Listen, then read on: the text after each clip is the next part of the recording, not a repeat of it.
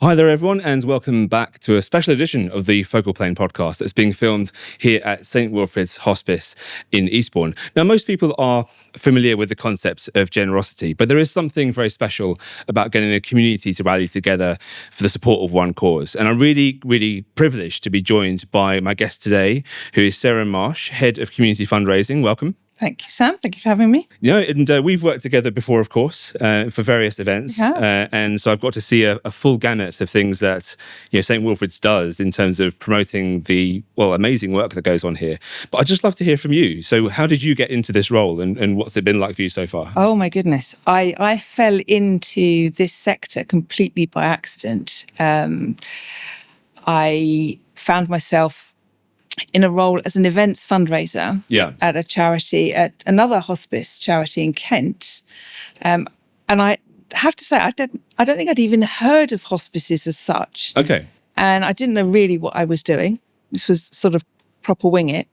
And I thought, well, I'd just do it for a little while. This is just something new to try and see how we get on. And that was 21 years ago.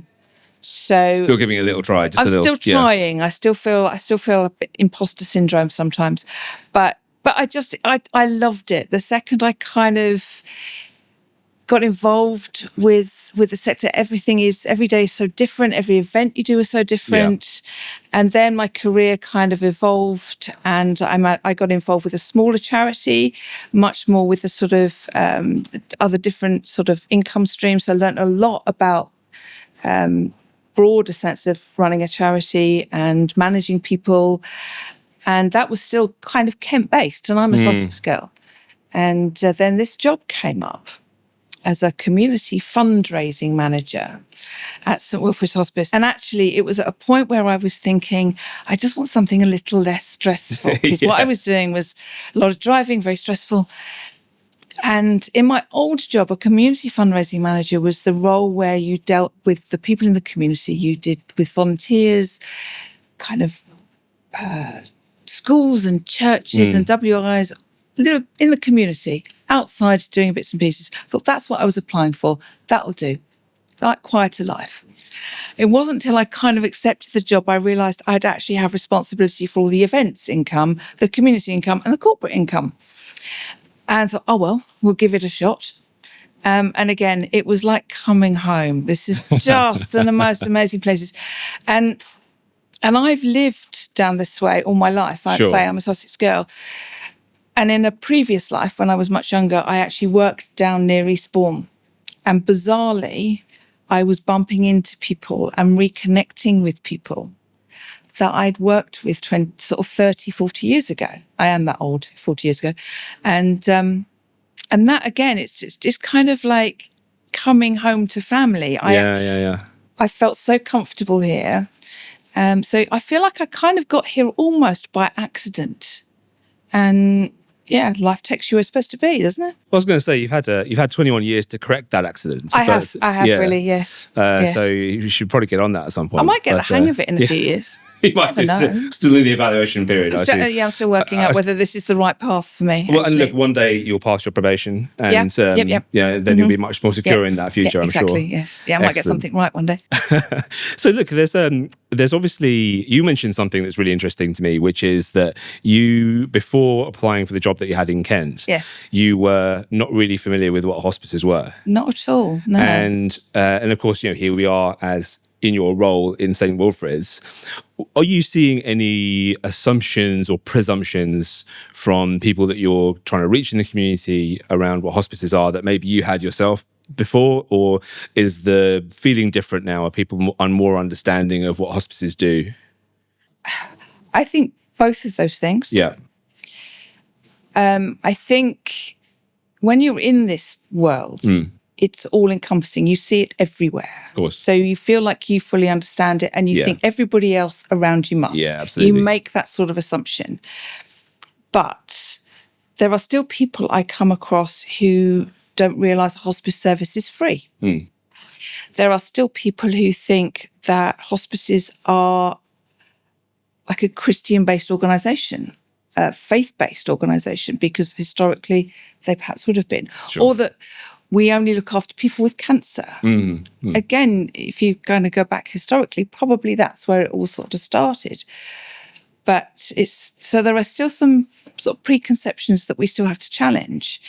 And I think the danger really for us as fundraisers or community fundraisers, particularly when we're out there, is to go with the assumption that everybody understands what we're doing. So we don't have to do any more work on that. Anybody can come here. We are open to everybody. Any faith, no faith, rich, poor, whatever you are, whoever you are, this is for you. And that's still something we have to kind of talk to people about and tell them, you know, please come see us. I had a lovely moment at a music festival that we did. And you're sort of there just thinking, well, I'm stood in the rain and I've got my bucket and it's been hard work. And this young lad, I mean, he must have been 5 or 6. And his mum had pushed him forward and he'd come up and he'd put a few coins in the bucket and he just looked up at me and he just said, thank you for looking after my granddad. Well, I'm in floods of tears. Of course. Because it wasn't me looking after his granddad at all. Sure.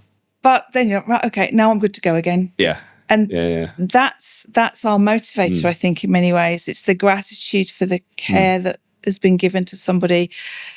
The stories we hear from people, you know, when they come in and they make a donation and they tell you about the person they've loved and has sort of died here.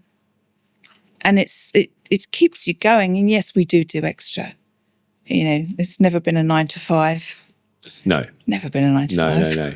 and that really shines through. The way you talk about that, I see so often, you know, the events that you do, it's about bringing people together in celebration of that.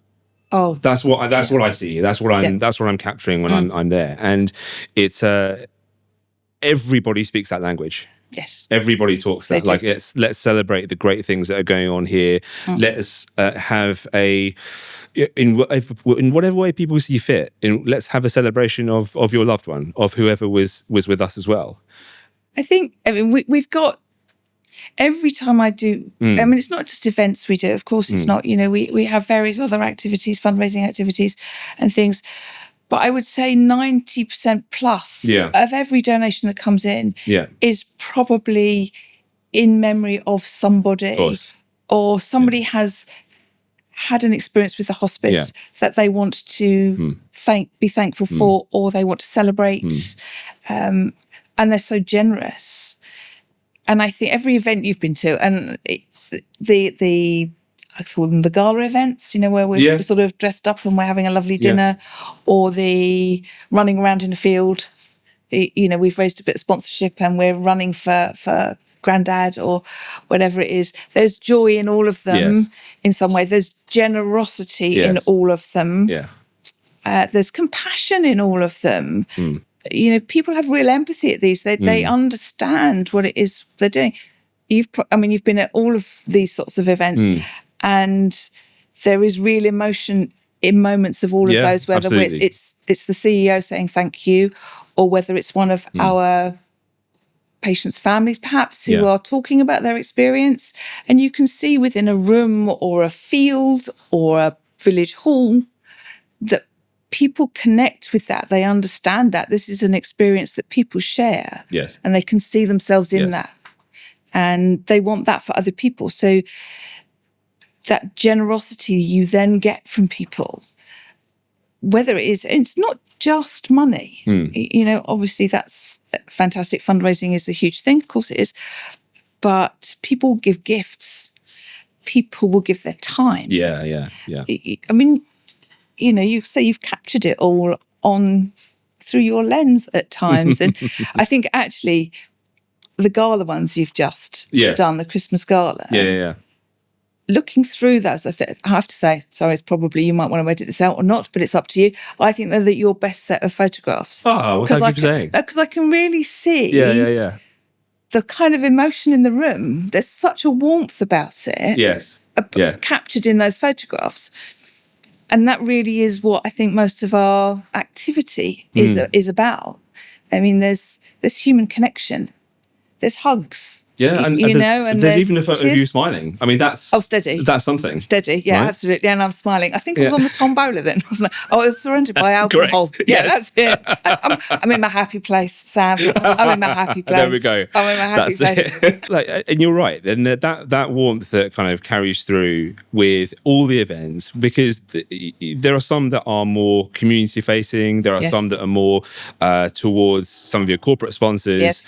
And in each and every one of those, there's always these moments of, I guess, these kind of grounding, somber moments at times that then remind us that actually, the care that's being provided, the services that are being provided are just so vital. Yes, and ultimately, when you boil it down to brass tacks, well, that's what you're raising the money for. To make sure that the services continue, the care is excellent, that people who need you are, able to have that service when they need it. And that's such a key thing of what you're doing. And that always needs to be as part of the kernel of the messages that we get out. That, as I said, I think a little earlier, it's our motivator. Yeah. We genuinely want this to be here for everybody. I have this thing, I think I've been around hospices for long. I talk about death and dying every day of my life for 20 years. I mean, but for me, very simply, I think I've worked out that when we're born, we kind of arrive in this world surrounded by love. We're nurtured, we're cared for, we're celebrated. And I like to think everybody's got the right to go out the same way. Yeah. And if I'm very lucky, I'll go to sleep one day and that will be my lot. But if I need more, I want a hospice to be around for me, not just for me, for my family. This is a place, these sorts of places are, people describe it as a hug when you come in, or a lifting of all of the anxieties and stresses that have been with sort of an illness. And suddenly your partner becomes your partner again, not your carer. And somebody else, amazing team down here are doing that for you. And you see the difference that makes to people. You see that difference it makes to the grieving journey afterwards, that being able to reflect back on, I suppose, what is a good death, which is what we hope for, makes that grieving journey that little bit easier to do. And people, there's, of course, there's sadness. You don't have grief if you haven't had love, so it's going to be painful. But if you can see that your loved one passed peacefully without pain, you were by their side, there's a kind of a blessing in that, gratitude for that. And I think that's what hospices give you. Yeah, and everybody should be here. Everybody should have access to this, whether it's the right place for people or not. That's a different question. But it's the services if needed, and what all comes with it, like you say, that togetherness. Because that's the biggest thing I'm hearing when you talk about that, is that ultimately it's about not being alone. Oh, and that's for everybody. That's not just the person who's at that most vulnerable juncture of their journey, or the people who are surrounding them. Each and every one of those people doesn't want to be alone in that moment. No.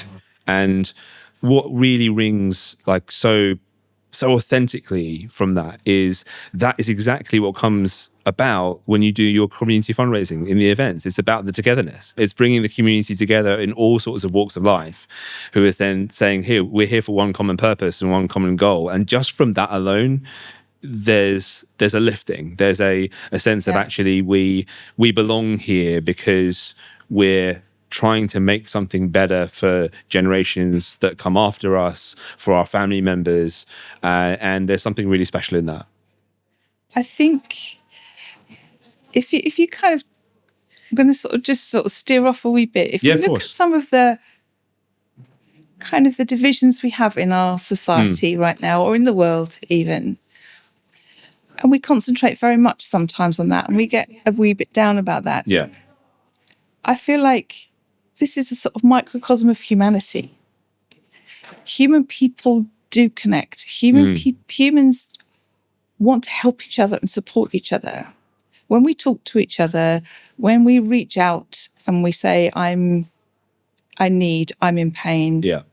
help me. Yeah. We as human beings will do that. We will reach out a hand. I think community fundraising is like that. This is what we need. You understand that because you hear stories. You hear stories of people who've died, Yes. people you've loved. And you want that for everybody.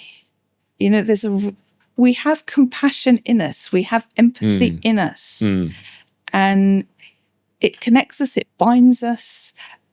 And I see that every single time we do something, whether that is a talk that we deliver, a bucket collection that we do in a high street, a big fancy event in a marquee, a run around a field, people connected for one reason.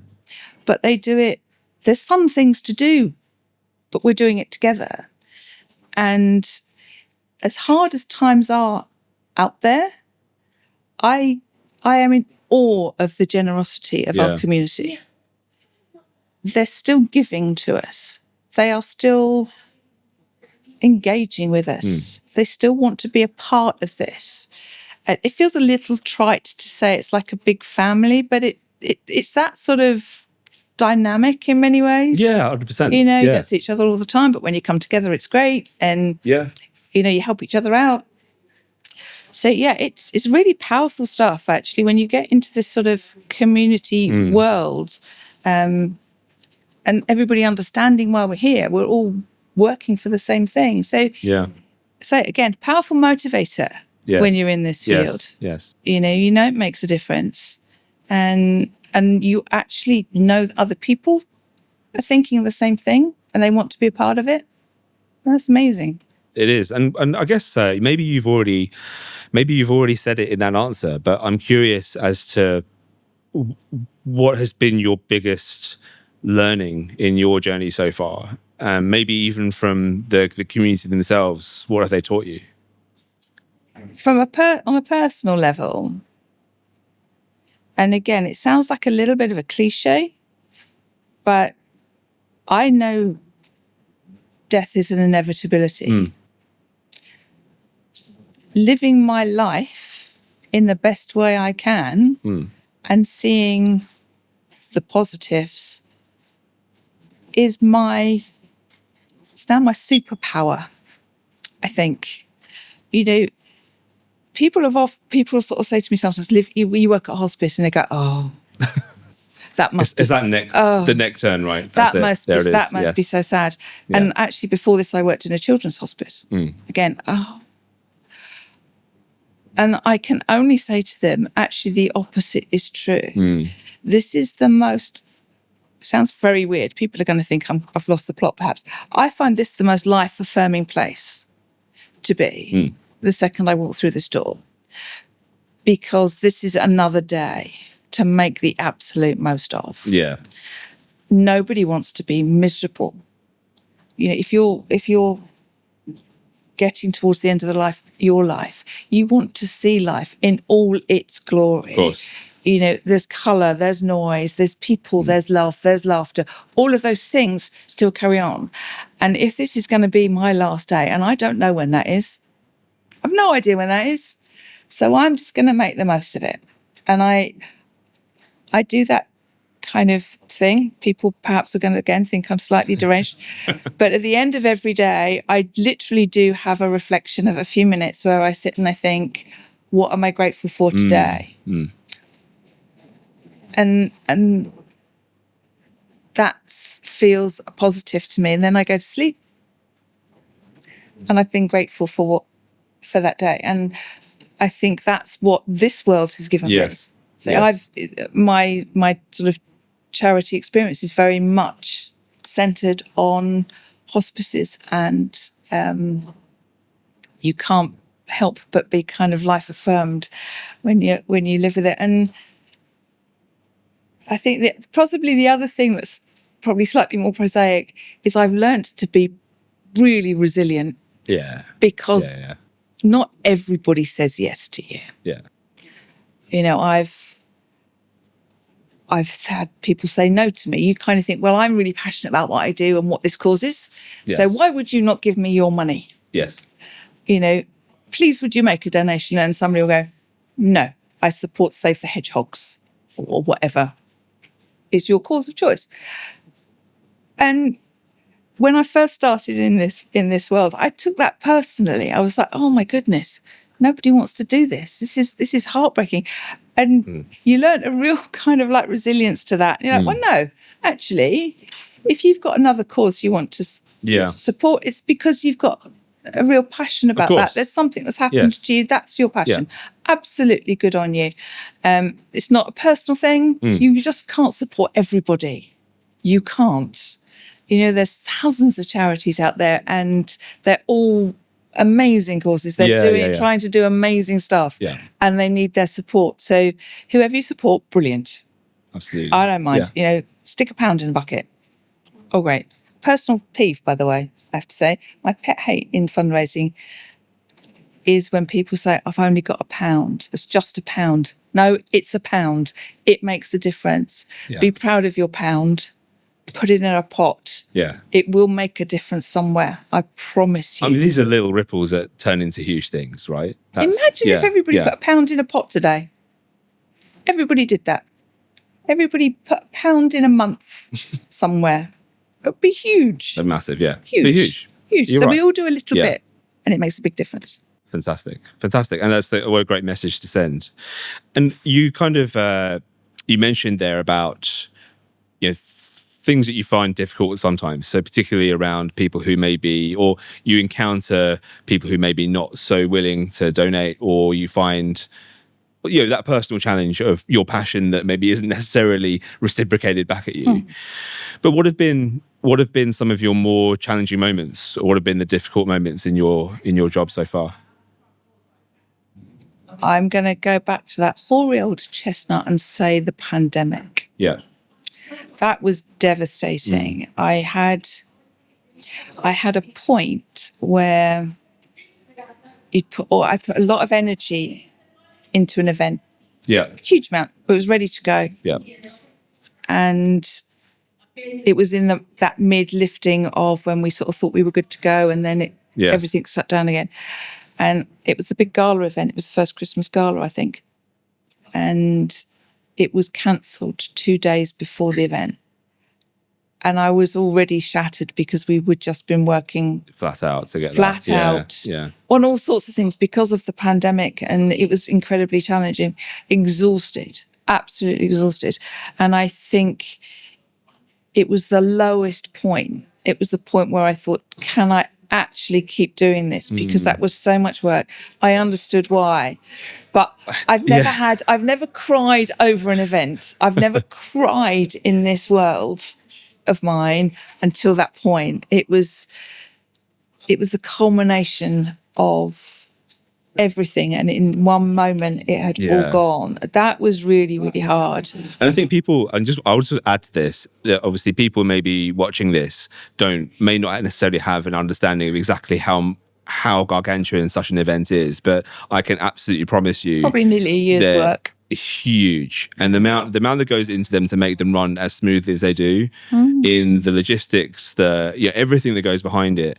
The fact you tell me it takes a year is almost, I almost don't believe you. I almost think you're planning these things 2 years in advance. They're so... Some we did. Yeah, well, indeed. They're so involved. So to pick yourself up from that when it wasn't just that. I think that was almost, it was like, that was the straw. That was the straw of all the things we were working for and the challenges we were facing and how hard it was for people out there. And we thought we'd got a little bit of light at the end of the tunnel, and the rug went. It was the culmination of things. So that was a real tough thing to do. And conversely, and it felt devastating at the time, we did our first Wilfrid, which is the cycle challenge from here to Paris. Sure. And I launched that in my wisdom 2 weeks before the pandemic was the first shutdown. It's like, hey, I want people to go. And the Wilfrid for me defined the pandemic, because I launched it 2 weeks, shut down, done, everything closed, everything went. Lockdown lifted. So off we go again. Yeah. We moved the date. came down, shut down again, moved the date again. It was moved, I think, 2 or 3 times. And it eventually went out sort of 2 years after it should have done. And again, that's that moment where you go from super low because it's never going to happen. All the work that we do, the money that we want to raise that we need is not going to happen. And there I was in Paris with 20 incredible people who raised lots of money. But more than that, they stuck with it. Yeah, of course. They just believed, they stayed with it, that whole journey we did.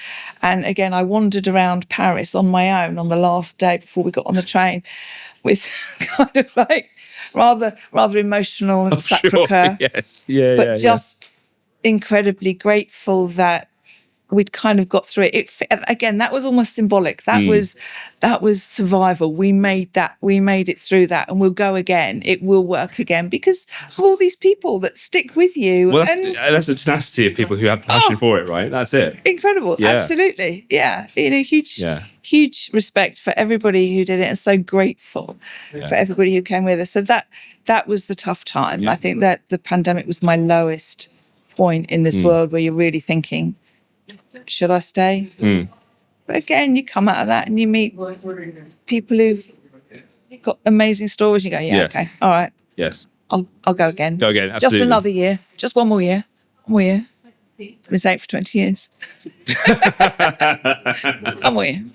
Well, like you say, that's the most life-affirming thing for me, Sarah.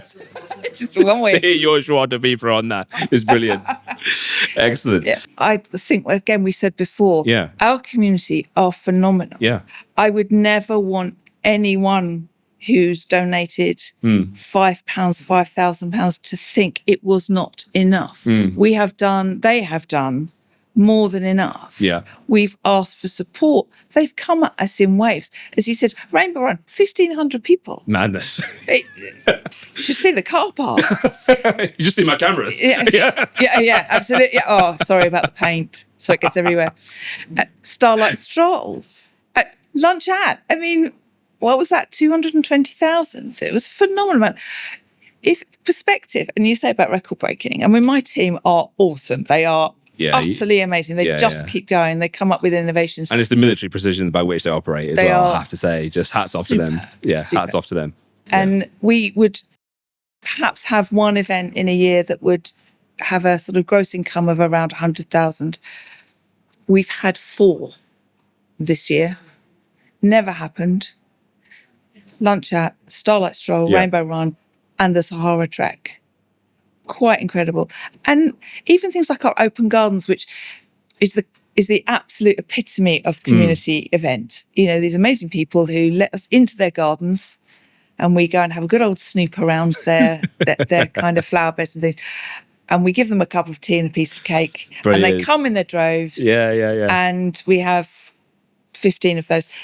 And that attracts maybe 300 or 400 people to a garden at a time, which amazing, about £40,000 a year, £60,000 this year, 1,000 people through a couple of the doors on those gardens.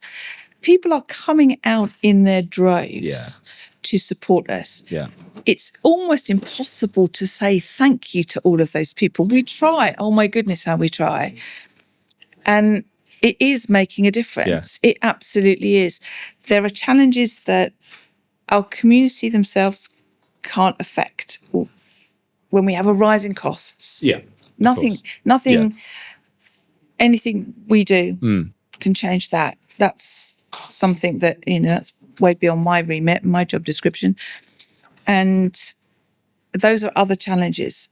But we are helping make that not so bad. Yeah, absolutely. It's easier because we're doing so well, because our community are rallying around us and supporting us. It's easier. We have confidence. Our community behind us, our community need us, our community want us. And they're phenomenally generous. It's gobsmacking. I am blown away genuinely by it. So I get a little bit excited in the office when I get stuff through, going, look what somebody's given me, look what I've got. I've got like a child, it's like Christmas when I get a present. Fantastic. Not for me. But you're right. Like you say, they came out in droves to support. And the phenomenal community that they are. I mean, I have my own ideas as to why, but why do you think that has there's been such a bevy of support towards you in the last year or so? Well, I know it's been longer than that, but in the time frame that we're talking, I think it's not an overnight thing. Yeah. As I think earlier we talked about how most of our donations are probably about appreciation of care. Yeah. This place has been delivering that care for 40 odd years. Yeah. So the support now is a combination of that. Yes. And then the message out that maybe we need a little help. It galvanizes that. Yeah. That support has been there always. It's like a foundation stone for the hospice and the service. And that messages that have come out saying, thank you. We need a wee bit of help here. Are you with us? It's like a rallying cry, I think. And people have responded. We're back to that compassion. We're back to that connection. We're back to relationships. We're back to family. We're back to community. Yeah. All of those things. Yeah. Human nature that says we're all in this together. There's a song in there somewhere, isn't there, as well? We're all in this together. I have a feeling there's a few that follow that theme, yes. Probably. You can start singing it in the moment if you like. Absolutely. You have a microphone in front of you, there it is. If I start singing, everybody would turn off. I promise you. I could clear a room. People aren't leaving at the end of an event. I'll start singing. That's it. Yes. They'll get their coats. They'll go. Yeah, sorry guys, we have a curfew here. So Sarah, can you get the mic, please? I'm singing. Yeah. As soon as I get a mic, that's it. They're out. But no, I think this is a culmination of 40 years of service, if you like, here. And it's the care that's given. Yeah. That people want to see continue. Yes. They want it for their families. They want it for their loved ones. And it's just so kind of like life affirming, I think, to know that and to have a bit more faith in human nature. Yeah. There's good people, really, really good people out there. And clearly, I mean, as you say, maintaining that excellent standard of care that the place has provided for 40 plus years and is going to be a huge draw for people. But equally, I would absolutely not discount the fact that all the hard work that you and your team do around that to show the community that you're here, to show people that, look, this isn't, let's challenge some of your conceptions. Let's challenge some of the things that we were talking about right at the beginning of this. That's an ongoing journey that you're on. And that is something that has clearly had a massive positive impact. Because you can't just have we want to maintain the care, therefore we'll push up our efforts. That doesn't inspire people. No. It inspires some, of course, who maybe experienced it, but we're talking about a community, a whole community out there, some of whom won't have experienced hospice care, but will understand, okay, that thing you're doing or you're going to, what is that? Oh, okay, that looks like it's quite fun. I didn't realize that would make, I can't put those two things together. Hospice and fun, I don't understand. But then they see that actually, even when you, or even if it's Colin talking on stages about what you're doing, it's never about, feeling under the weight of the challenges, even though we know that they're there. And of course, they're very, very important and underpin so much of what we're trying to do. But it's about celebrating the people on the ground, celebrating the people who've come together. And that's inspiring. That's what's going to make people say, I want to be part of this, even if I haven't had a direct experience of hospice care myself. I think if it's a sense of making a difference that motivates me, somehow the entire team and everything we do has to kind of engender other people to have exactly the same thought, that motivates them to make a difference. And you're not going to do that by going, oh, this is just too much. Oh, no, just come on, too much, can't do it. That energy that it takes. And sometimes it is a conscious gathering of energy to go out there and do that. If you believe in something passionately, other people will come with you. if they feel they can genuinely make a difference to that, they will come and they will do that. If we said, well, do you know what, this is only going to raise us £5.50, so why are we bothering? Yeah. Well, why is anybody else bothering? Yeah. They're not, Yeah. you know, and just kind of trying. I think our job is to inspire people, to show them that they are valued, that they do make a difference. Everything they do makes a difference. Anything they do can make a difference, and that we appreciate it. And we're working just as hard as they are. You know, we are trying our best here. We are putting ourselves out there for you. We're trying to find something that you might enjoy doing. Yeah. We're trying to find something a challenge that you might get a huge amount from personally, achieve something. We're going to give you a way to celebrate somebody you loved, to celebrate their life, to mark their life in a really positive way. And we're with you. Yeah. And I think probably the greatest asset we have as fundraisers, or even anybody perhaps who works in hospice, we've got to like people. That's a genuine. It's a genuine thing. That kind of translates to most things in life, but sure. Yeah. But in houses, people have to feel that. They can't sit there and get that, you know, the miserable voice on the end of a phone. Yeah. Whatever. Yeah. Okay. Yeah. Thanks. It can't be that. And it's when we are selling an event or selling this hospice or whatever it is we're doing, people have to believe that we're genuine. And people who aren't genuine don't tend to make it in this world, because we like people, we like meeting people, we like hearing their stories. Yeah. We have an empathy with them. A lot of the people in here have personal experiences. They understand.